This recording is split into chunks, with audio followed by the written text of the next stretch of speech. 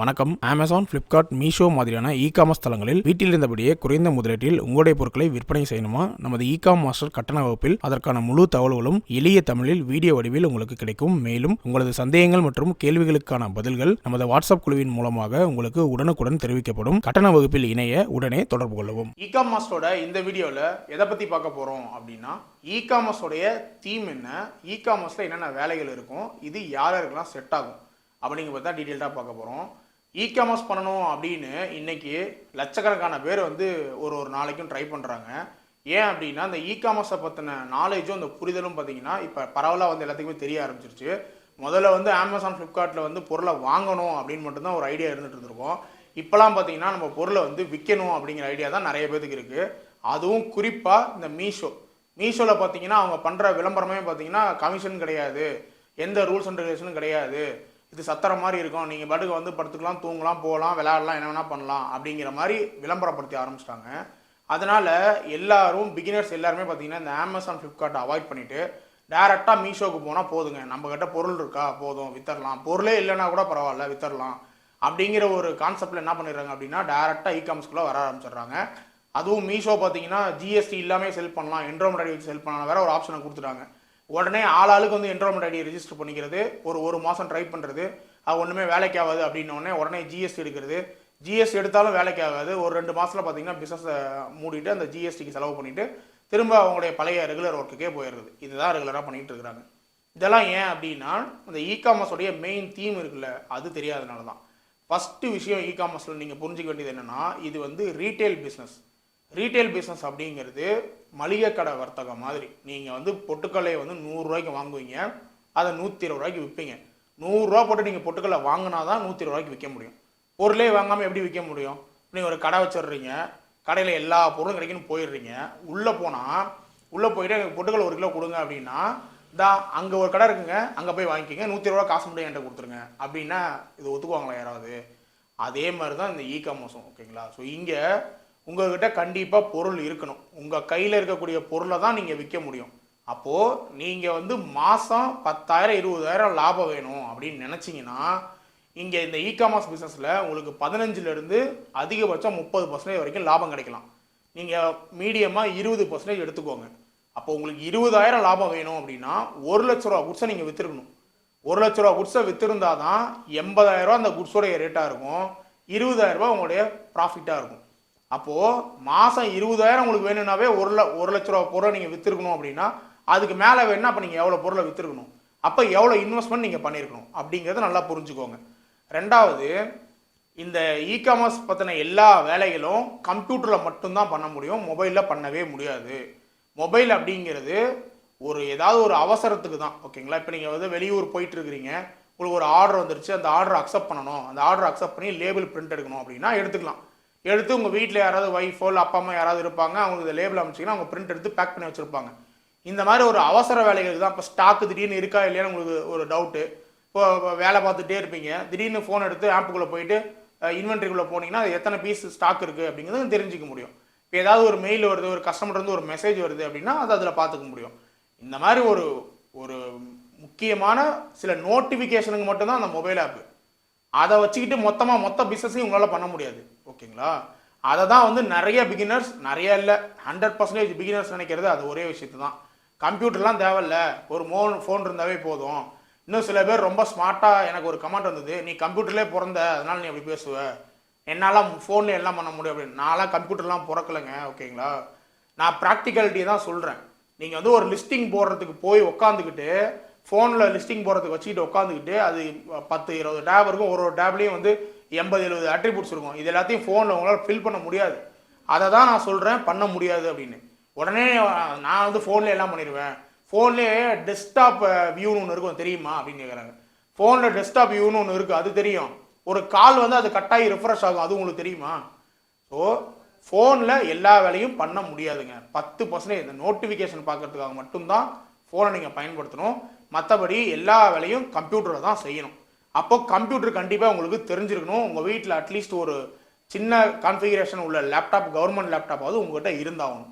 அடுத்த விஷயம் பார்த்தீங்கன்னா, எல்லாமே நீங்கள் இங்கிலீஷில் தான் இருக்கும், எதுவுமே தமிழில் இருக்காது. ஓகேங்களா? பையருடைய ஆப் வேணால் தமிழில் இருக்குது அமேசான்லாம், ஆனால் செல்லருடைய சம்மந்தப்பட்ட எல்லா விஷயமும் இங்கிலீஷில் தான் இருக்கும். ஸோ உங்களுக்கு ஒரு பேசிக் இங்கிலீஷ் நாலேஜ் அது தேவை. நான் படிக்கவே இல்லை, என்னால் காமர்ஸ் பண்ணவே முடியாதான்னா முடியும், புரிஞ்சுக்கிற மாதிரி இருந்தால் முடியும். என்னோட ஃப்ரெண்டு ஒருத்தர் பார்த்தீங்கன்னா டைலர் இருக்காரு, அவருக்கு இங்கிலீஷ் சுத்தமாக தெரியாது, அவர் ஸ்கூலே போகலை. ஆனால் ஃபோனில் நிறைய விஷயங்கள் பார்த்தீங்கன்னா நமக்கு தெரியாத விஷயத்தான் அவர் சொல்லிக் கொடுப்பாரு. அதில் வரக்கூடிய மெசேஜை, அந்த மெயிலை இதெல்லாம் படித்து அதுக்கான விளக்கத்தை வந்து நமக்கு சொல்லுவார். ஆனால் அவர் வந்து ஸ்கூலே போகலை. என்னுடைய அம்மா பார்த்தீங்கன்னா +2 படிச்சிருக்காங்க, அவங்ககிட்ட போயிட்டு அவங்களுக்கு இங்கிலீஷும் தெரியும். போயிட்டு நீங்கள் ஏதாவது ஒரு மெயிலை கொடுத்து படிக்க சொன்னீங்கன்னாவோ இல்லை ஒரு மெசேஜை கொடுத்து படிக்க சொன்னீங்கன்னாவோ அதை படித்து புரிஞ்சுக்கிட்டு நமக்கு சொல்கிற அளவுக்கு அவங்களுக்கு விளக்கம் தெரியாது. இப்போது இந்த 2 பேர்த்துக்கும் என்னை காமர்ஸ் சொல்லித்தர சொல்லி பிஸ்னஸ் பண்ண வைக்க முடியுமான்னு கேட்டால் எங்கள் அம்மாவை என்னால் பிஸ்னஸ் பண்ண வைக்க முடியாது. இந்த டைலர் இருக்கார் பார்த்தீங்களா, அவரை பிஸ்னஸ் பண்ண வைக்க முடியும். இதை ஏன் நான் உங்களுக்கு ஒரு எக்ஸாம்பிளாக சொல்கிறேன் அப்படின்னா, படிப்புக்கும் இந்த புரிஞ்சிக்கக்கூடிய தன்மைக்கும் சுத்தமாக சம்மந்தமே கிடையாது. ஓகேங்களா, நீங்கள் படித்து தெரிஞ்சுக்குவீங்க. ஒரு யூடியூப்பை பார்த்து இன்றைக்கி வந்து ஒரு பேசிக் கிராமரோ ஒரு பேசிக் இங்கிலீஷோ நான் யூடியூப்பை பார்த்து என்னால் தெரிஞ்சிக்க முடியும் அப்படின்னு நினைக்கிறவங்க, இல்லை சொன்னால் எனக்கு புரியும், எனக்கு கொஞ்சம் கொஞ்சம் இங்கிலீஷ் தெரியும், சொன்னால் புரிஞ்சுப்பேன் நான் அப்படிங்கிறவங்க பார்த்தீங்கன்னா இந்த பிஸ்னஸை ஈஸியாக புரிஞ்சுட்டு பண்ண முடியும். ஆனால் நிறைய பேர் பார்த்தீங்கன்னா அவங்களுக்கு இங்கிலீஷ் நாலேஜே இருந்தால் கூட ஒரு மெயில் படிக்க தெரியாது, அதில் என்ன சொல்லியிருக்காங்க அப்படிங்கிறது தெரியாது. இன்றைக்கெலாம் டிரான்ஸ்லேஷன் வந்துருச்சு, அப்படியே காப்பி பண்ணி கூகுளில் நீங்கள் அடிச்சிங்கனாவே அது தமிழ்லேயே சொல்லிடும், அதை பார்த்து கூட புரிஞ்சிக்கலாம். அது பண்ணுறது கூட சில பேருக்கு தெரியாது, படிப்பு இருக்கவங்களுக்கே. அவங்களால இந்த பிஸ்னஸை கண்டிப்பாக பண்ண முடியாது. அதனால் நீங்கள் காமர்ஸ் பண்ணணும் அப்படின்னா உங்களுக்கு டெய்லி மெயில் வரும். அமேசான் சில டெக்னிக்கல் வேர்ட்ஸ்லாம் யூஸ் பண்ணுவாங்க, அந்த டெக்னிக்கல் வேர்ட்ஸ்லாம் மீனிங் என்னென்னு உங்களுக்கு தெரியணும். அப்படி மீனிங் தெரியலனா கூட நீங்கள் அதை கூகுளில் போய் டிரான்ஸ்லேட் பண்ணியாவது, ஓகே நான் இதை அப்படியே காப்பி பண்ணி கொண்டு போய் கூகுள் டிரான்ஸ்லேட்டில் போடுவேன், தமிழில் சொல்லுவேன், எனக்கு புரிஞ்சிடும், நான் அதை சரி பண்ணிடுவேன் அப்படின்னாவது உங்களுக்கு தெரிஞ்சிருக்கணும். ஸோ இந்த நாலேஜ் கண்டிப்பாக காமர்ஸ்க்கு மஸ்ட்டு. அடுத்தது, எல்லா வெப்சைட்ஸுமே டேர்ம்ஸ் அண்ட் கண்டிஷன்ஸ் வச்சுருப்பாங்க. நீங்கள் அந்த பிளாட்ஃபார்மில் செல் பண்ணுறதுக்கு முன்னாடியே அந்த டேர்ம்ஸ் அண்ட் கண்டிஷன்ஸை, முக்கியமான கண்டிஷன்ஸ்லாம் என்ன அப்படிங்கிறத நீங்கள் தெரிஞ்சு வச்சுக்கணும். அந்த முக்கியமான கண்டிஷன்ஸ்லாம் பார்த்தீங்கன்னா உங்களுக்கு இங்கிலீஷில் தான் கொடுத்துருப்பாங்க, அந்தந்த செல்லர் பிளாட்ஃபார்ம்லேயே கொடுத்துருப்பாங்க. அது எல்லாத்தையும் போய் டீட்டெயில்டாக படித்து நீங்கள் தெரிஞ்சுக்கிட்டு தான் இந்த பிஸ்னஸ்க்குள்ளே நீங்கள் உள்ளே போகிற மாதிரி இருக்கும். அடுத்தது, இந்த பிஸ்னஸில் எடுத்தோடனே உங்களுக்கு லாபம்லாம் கண்டிப்பாக கிடைக்காது. 6 மாதம் கண்டிப்பாக உங்களுக்கு ஆகும். முதல் 6 மாதம் பார்த்தீங்கன்னா உங்களுக்கு பயிற்சி தான், ப்ராபேஷன் பீரியட் தான். அந்த 6 மாதத்தில் நீங்கள் லாபம்லாம் எடுக்க முடியாது. அந்த 6 மாதத்தில் நீங்கள் என்ன இன்வெஸ்ட் பண்ணுறீங்களோ அது உங்களுக்கு போட்ட காசு கூட திரும்ப வர்றதுக்கான வாய்ப்புகள் ரொம்ப குறைவு. இப்போ அந்த 6 மாதத்தில் நீங்கள் ஒரு 20,000 ரூபாய் இன்வெஸ்ட் பண்ணியிருந்தீங்க அப்படின்னா அந்த 20,000 ரூபாயும் நீங்கள் பயிற்சி பண்ணியிருப்பீங்களே தவிர அந்த 20,000 வந்து லாபம்லாம் ஒன்று எடுத்துருக்கவே மாட்டீங்க. அதனால் முதல் 6 மாதம் உங்களுக்கு கண்டிப்பாக எந்த விதமான லாபம் அப்படிங்கிறது உங்களுக்கு இருக்கவே இருக்காது. அடுத்தது, எல்லா பிளாட்ஃபார்முமே பார்த்தீங்கன்னா ஜிஎஸ்டி வச்சு தான் பிஸ்னஸ் பண்ணுறதுக்கு அலோவ் பண்ணுறாங்க. கண்டிப்பாக உங்கள்கிட்ட ஜிஎஸ்டி இருக்கணும். ஜிஎஸ்டி இல்லாமல் எந்த ஆன்லைன் பிளாட்ஃபார்மும் செல் பண்ண முடியாது எக்ஸப்ட் மீஷோ. மீஷோ வந்து ஒரு கான்செப்டில் அந்த ஜிஎஸ்டி இல்லாமல் செல் பண்ணுறதுக்கு அலோவ் பண்ணுறாங்க. அது வந்து வித்தின் ஸ்டேட். ஓகேங்களா, நம்ம ஸ்டேட்டுக்குள்ளே மட்டும் செல் பண்ணுறவங்க என்ரோல்மெண்ட் ஐடின்னு ஒன்று ரெஜிஸ்டர் பண்ணி அதுக்கு டேக்ஸாக எதுவும் பே பண்ண தேவையில்லை, ரெஜிஸ்டர் பண்ணி பண்ணலான்னு சொல்கிறாங்க. ஆனால் அப்படி பண்ணி ரெஜிஸ்டர் பண்ணி நீங்கள் செல் பண்ணுறதுங்கிறது கண்டிப்பாக உங்களுக்கு லாஸில் தான் கொண்டு போய் முடியும். ஏன்னா நீங்கள் வழக்கமாக வரக்கூடிய ஆர்டர்ஸில் ரிப்போர்ட்ஸ் எடுத்து பார்த்தோம் அப்படின்னா ஒரு 100 ஆர்டர் வந்திருக்கு அப்படின்னா ஒரு மாதத்துக்கு அதில் 95 ஆர்டர் வெளி ஸ்டேட்லேருந்து தான் வந்திருக்கும், 5 ஆர்டர் தான் தமிழ்நாட்டுக்குள்ளேருந்து வந்திருக்கும். அப்போது நீங்கள் என்ரோல்மெண்ட் ஐடி வச்சு செல் பண்ணீங்க அப்படின்னா வித்தின் ஸ்டேட்குள்ளே தான் செல் பண்ண முடியும், அதுதான் கவர்மெண்ட் நாம்ஸு. அப்போது அந்த வெறும் 5 ஆர்டரை வச்சுக்கிட்டு நீங்கள் எதுவும் லேர்ன் பண்ண போகிறதும் கிடையாது, உங்களுக்கு எதுவும் லாபம் வர போகிறதும் கிடையாது. அதுக்கு மாறாக நீங்கள் வேஸ்ட் பண்ணக்கூடிய அந்த டைமு, பணம் எல்லாமே உங்களுக்கு வேஸ்ட்டாக தான் போகும். ஸோ அதில் எந்த யூஸும் கிடையாது. கண்டிப்பாக ஜிஎஸ்டி இல்லாமல் எந்த காமர்ஸ் பிளாட்ஃபார்ம்லையும் பிஸ்னஸ் பண்ண முடியாது. ஜிஎஸ்டி எடுத்தே ஆகணும். அப்படி நீங்கள் ஜிஎஸ்டி எடுத்தீங்கன்னா எடுத்த நாள்லேருந்து ஒரு மாதமும் நீங்கள் அதுக்கான ப்ராப்பர் ஃபைலிங்கை பண்ணி ஆகணும். நீங்கள் வந்து என்ன பர்ச்சேஸ் பண்ணீங்க, என்ன சேல் பண்ணீங்களா பண்ணலையா அப்படிங்கிற கணக்கை கொடுத்தாகணும். கணக்கை கொடுத்து ஃபைலிங்கை பண்ணி ஆகணும். நீங்கள் ஆடிட்டை போய் பண்ணீங்க அப்படின்னா அந்த ஆடிட்டருக்கு அந்த ஃபீஸை நீங்கள் கட்டியே ஆகணும் மாதம் சேல் நடந்தாலும் நடக்கலைனாலும். அடுத்தது, ப்ராப்பர் கைடன்ஸ் ரொம்ப ரொம்ப முக்கியம். ப்ராப்பர் கைடன்ஸ் அப்படிங்கிறத விட ப்ராப்பர் சப்போர்ட். நீங்கள் வந்து காமர்ஸ் பிஸ்னஸ்க்கு உள்ளே வந்த உடனே உங்களுக்கு நிறைய விஷயங்கள் வந்து கண்ணை கட்டி காட்டில் விட்ட மாதிரி தான் இருக்கும். அவங்க என்ன சொல்கிறாங்கன்னு உங்களுக்கு புரிய வராது. ஸோ இதெல்லாம் வந்து உங்களுக்கு புரியணும் அப்படின்னா உங்களுக்கு யாராவது ஒருத்தங்க சப்போர்ட்டுக்கு இருக்கணும். ஒன்று ஏற்கனவே காமர்ஸ் பண்ணக்கூடிய உங்களுடைய ஃப்ரெண்ட்ஸ் யாராவது சப்போர்ட்டுக்கு இருக்கணும். இல்லை அப்படின்னா என்னுடைய கோர்ஸ்லாம் இருக்குது, உடனே கோர்ஸை விற்கிறதுக்கு வந்துட்டேன்னு கேட்காதீங்க. அந்த கோர்ஸில் வந்து நீங்கள் கொடுக்கக்கூடிய அந்த 1500 ரூபாய்க்கு 1 லட்ச ரூபாய்க்கான பெனிஃபிட் அதில் இருக்குது. ஏன்னா நம்ம கோர்ஸை யார் வேணால் கொடுக்கலாம், யார் வேணால் வந்து அந்த சொல்லி கொடுத்துடலாம். பட் உங்களுக்கு டவுட் வருது இல்லையா, அந்த டைமில் அதை கிளியர் பண்ணுறது தான் ரொம்ப முக்கியம். ஸோ நம்ம வந்து தனியாக அதுக்குன்னு குரூப் மெயின்டைன் பண்ணிகிட்டு இருக்கோம். அந்த குரூப்பில் உங்களுடைய டவுட்ஸை நீங்கள் போடலாம்.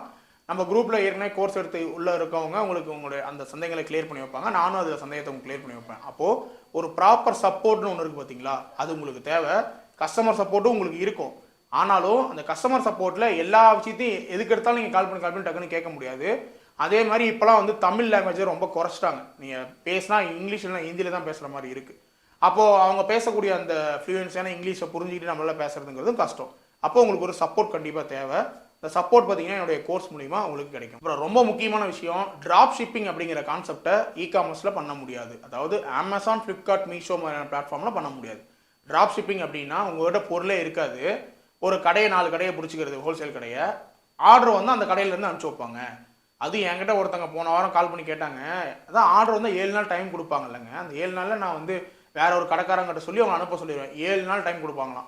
அமேசான் பார்த்தீங்கன்னா 2 கார்கோ ஃப்ளைட்டை லான்ச் பண்ணி காலையில் போட்ட ஆர்டரை மதியமே வந்து வண்டியில் ஏற்றிட்டு இருக்காங்க. காலையில் தான் ஆர்டர் விழுந்திருக்கும், மதியானம் பார்த்தீங்கன்னா அந்த ஃப்ளைட்டில் ஏறிட்டு இருக்கும் அந்த ஆர்டர். அப்படி போயிட்டு இருக்காங்க, அந்த அளவுக்கு ஸ்பீடாக போயிட்டு இருக்காங்க.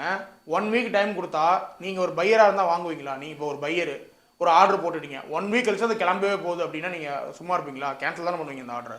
ஸோ இங்கே இந்த ட்ராப் ஷிப்பிங்லாம் வேலைக்கு ஆகாது. அதே மாதிரி ஜிஎஸ்டியோட நாம்ஸ் படி நீங்கள் எங்கே ஜிஎஸ்டி எடுக்கிறீங்களோ அங்கே இருந்து தான் ப்ராடக்ட்டை செல் பண்ணணும். அதை தான் பிக்கப் அட்ரஸாக கொடுக்கணும். வேறு அட்ரஸ் வந்து பிக்கப் அட்ரஸாக மாற்றி கொடுக்கவே கூடாது. அது வந்து ஜிஎஸ்டியோட நாம்ஸுக்கும் ஆப்போசிட்டு. இங்கே அமேசான், ஃப்ளிப்கார்ட், மீஷோவும் அதான் ஃபாலோ பண்ணுறாங்க. அதனால் நான் வந்து 10 ஹோல்சேல் கடையை பிடிச்சிக்குவேன், நான் வந்து ஆர்டர் நீங்கள் லிஸ்டிங்கை மட்டும் போட்டுருவேன், ஆர்டர் வந்து அவங்க அனுப்ப சொல்லுவேன், அப்படி பண்ணவும் முடியாது. ஆர்டர் வந்து நான் போய் வாங்கிட்டு வந்து பண்ணுவேன், அதுவும் உங்களால் பண்ண முடியாது. ஸ்டாக்கை மெயின்டைன் பண்ண முடியாது. அதனால் காமர்ஸ் பொறுத்த வரைக்கும் நீங்கள் இன்வெஸ்ட் பண்ணி தான் பண்ணி ஆகணும். உங்கள் கையில் பொருளை வாங்கி வச்சுக்கிட்டு தான் நீங்கள் பண்ணி ஆகணும். அதே மாதிரி வேறு லொக்கேஷன்லேருந்தும் பண்ண முடியாது. நீங்கள் ஜிஎஸ்டி எங்கே எடுக்கிறீங்களோ அங்கேருந்து தான் பிக்கப் பண்ணுவாங்க, அங்கேருந்து தான் உங்களுக்கு டெலிவரிலாம் கொடுப்பாங்க. அதனால் அந்த லொக்கேஷனில் இருந்து மட்டும்தான் உங்களால் பண்ண முடியும். அதுக்கு கண்டிப்பாக அந்த லொக்கேஷன்லேயே நீங்கள் பொருளை இன்வெஸ்ட்மெண்ட் போட்டு நீங்கள் வாங்கி வச்சு தான் பண்ண முடியும். ஸோ இப்போ நான் சொன்னது எல்லாமே காமர்ஸுடைய மெயின் தீம். இதுக்கு இந்தாண்டு நிறைய இருக்குது, இதெல்லாம் ஃபஸ்ட்டு மெயின். இதெல்லாம் தெரிஞ்சுக்கிட்டாவே ஓரளவுக்கு நீங்கள் காமர்ஸ்க்கு ஃபிட் ஆயிடுவீங்க. அதுக்கு பிறகு என்னென்னா உங்களுக்கு அந்த ஸ்டெப் பை ஸ்டெப் ப்ரொசீஜர் என்ன அப்படிங்கிறதுலாம் என்னுடைய கோர்ஸ் மூலிமா உங்களுக்கு கிடைக்கும். இந்த வீடியோ கண்டிப்பாக உங்களுக்கு யூஸ்ஃபுல்லாக வந்திருக்கும் அப்படின்னு நினைக்கிறேன். அடுத்த வீடியோவில் பார்க்கலாம். நன்றி.